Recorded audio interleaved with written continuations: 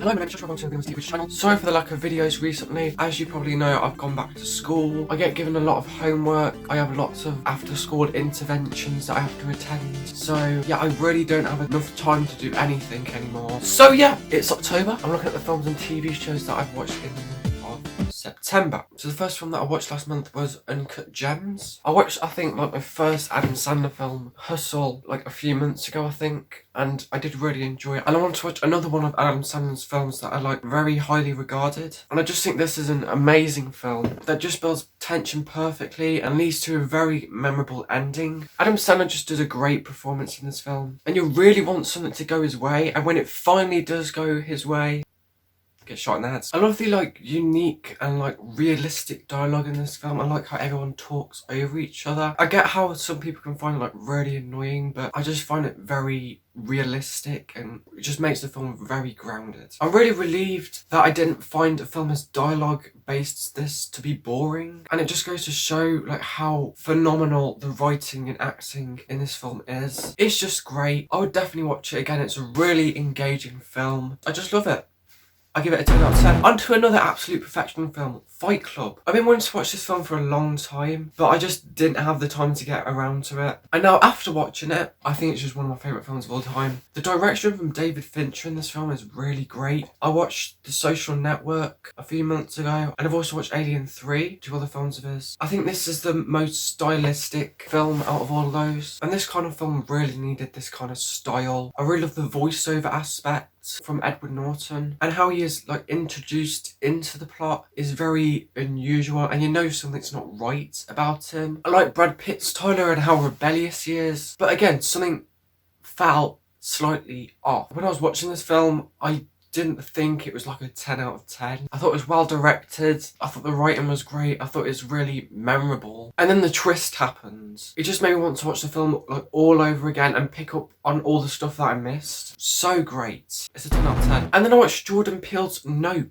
I haven't watched Jordan Peele's other two films, Get Out and Us. I really need to get onto them because I really love this film. It has really great cinematography work, and it builds so much tension with the UFO. The two leads of this film are really likeable as well, and the acting from Daniel Kaluuya and Keke Palmer is just great. I think the concept of this like weird shape-shifting creature in the sky that kills you if you look at it is really great and creepy as well. Like, there's some scenes in this film that are like extremely disturbing. Really solid film. Really think it's one of the best of this year. I'd give it a 9.5. And then I finished watching My Hero Academia season 2. It's anime. I really like this second season, and I feel like there's a lot more character development from a lot of the characters in the first season, which I really like. We get to see more of characters that were just like in the background in the first season. Saying that, I do think season 1 was slightly better because I feel like this season drags out a lot of stuff way longer than it needs to be. I also found myself cringing at a lot of the weird the moments. But I like how the characters, especially Deku, grow over the season, and I like the tests they put up to over the course of the season. Overall, it's an enjoyable second season.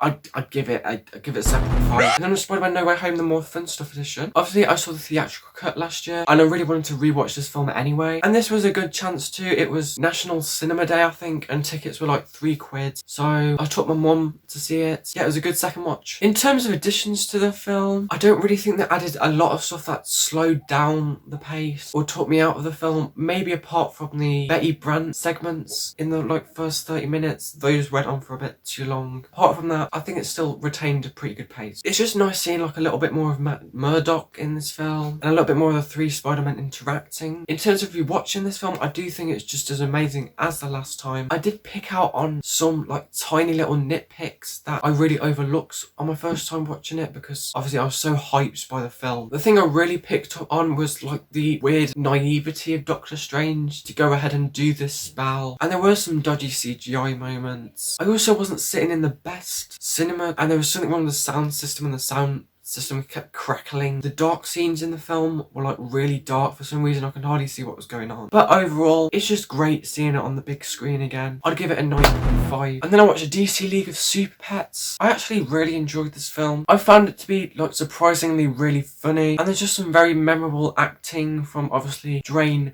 The Rock Johnson.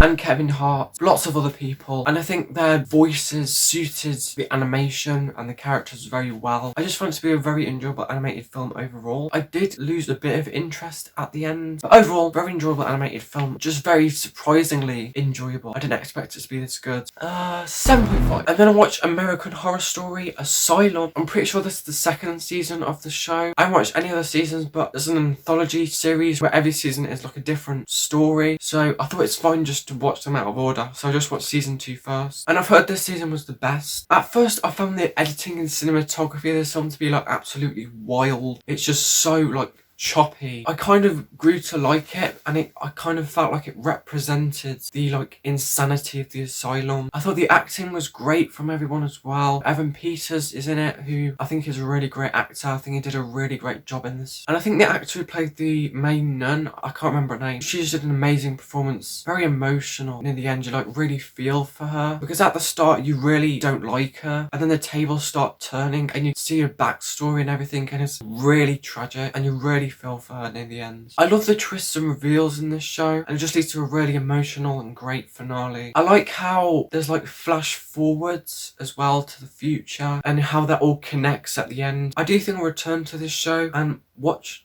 some other seasons of this show, because I really enjoyed this season. My only complaint was like in the penultimate episode there's like this two-wife subplot with the Evan Peters character, and like the whole alien aspect of it was just a little bit weird and just didn't really fit the tone of the rest of the show. Overall, it's a very memorable and very well written show. I think I'll give it a 9.5. Really solid horror show. And then I watched 1 Hour Photo. I had this on my watch list on Disney Plus, and it looked like a really interesting film with Robin Williams doing a more like serious role instead of the comedic route he usually goes down. I think Robin Williams is one of my favourite actors. Like Mrs. Doubtfire is one of my favourite like childhood films, and he just delivers a really great performance in this film as a very creepy stalker Cy the Photo Guy. I think there's a really great character study on what a very lonely and aggravated person like Cy can do, and it's really hard to watch his decline and his like whole mental struggles, and sometimes you don't know if to side with him or not. I think the dialogue is really hard to watch as well, because Cy's such an awkward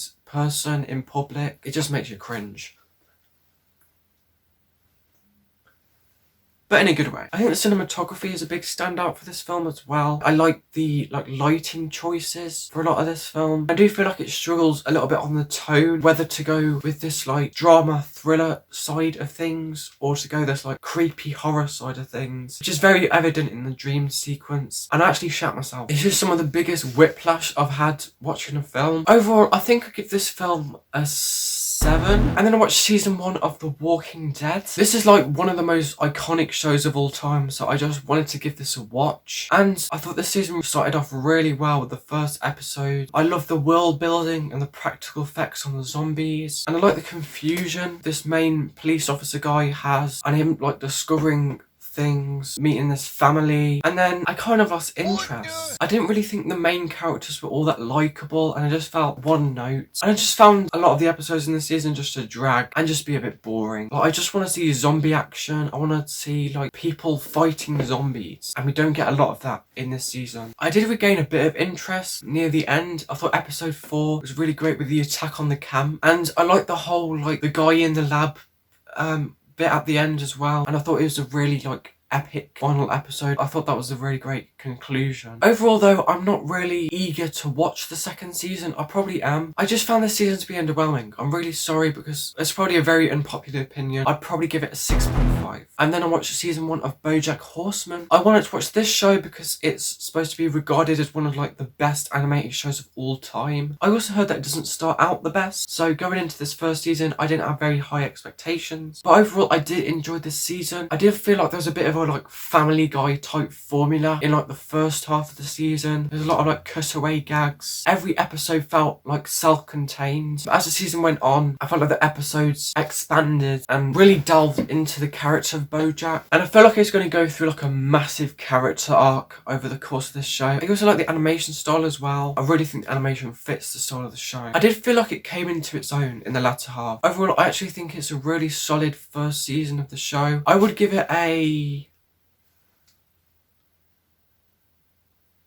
7.5. 8.5. And then I watched The Grand Tour, a Scandi flick. I'm a big fan of the big three: Jeremy Clarkson, Richard Hammond, James May. My dad's a big fan of Top Gear and I grew up watching that. And then I watched The Grand Tour as well. Even though I'm not even a big fan of cars, I just like these three personalities, all these hijinks they get into. I just found this very funny and really enjoyable, especially for the long like movie length. I did watch the other specials last year and the year before as well. For some reason I didn't count them in my end of month videos, but I did watch them. I do think this is the best special out of all of them. I do like the Scandinavian setting. I do feel like this show is starting to become a bit too scripted though. It becomes like more and more evident when you watch the Grand Tour from the start to now. But overall, I enjoyed this special. I'd give it a 9 out of 10. And then I watched Cyberpunk Edgerunners. It was on Netflix. I gave it a watch. I haven't played the game. I heard pretty bad things about it when it came out. I heard it was like really buggy. I heard it's got better, but yeah, I haven't played it. I think the animation of this show is phenomenal. I just think it's one of the most visually pleasing shows that I've seen. I think the concept is really great as well, and the future setting is just really great. I like how they play on the futuristic concept with all these implants you can get, and I like all the cyberpunks and all of their distinct personalities. And the finale ended very differently to what I was expecting, but in a good way. It was very unexpected. I do feel like this show has a lot of pacing issues. I did find it quite hard to keep up with everything that was going on in the plot, and I felt like they could have slowed down on a lot of things. But apart from that, I think this is a really great, really well animated show, and Gus Fring voices the villain. 8.5. And then I watched Dead Poet Society. I just wanted to watch another Robin Williams film, and not the creepy, weird,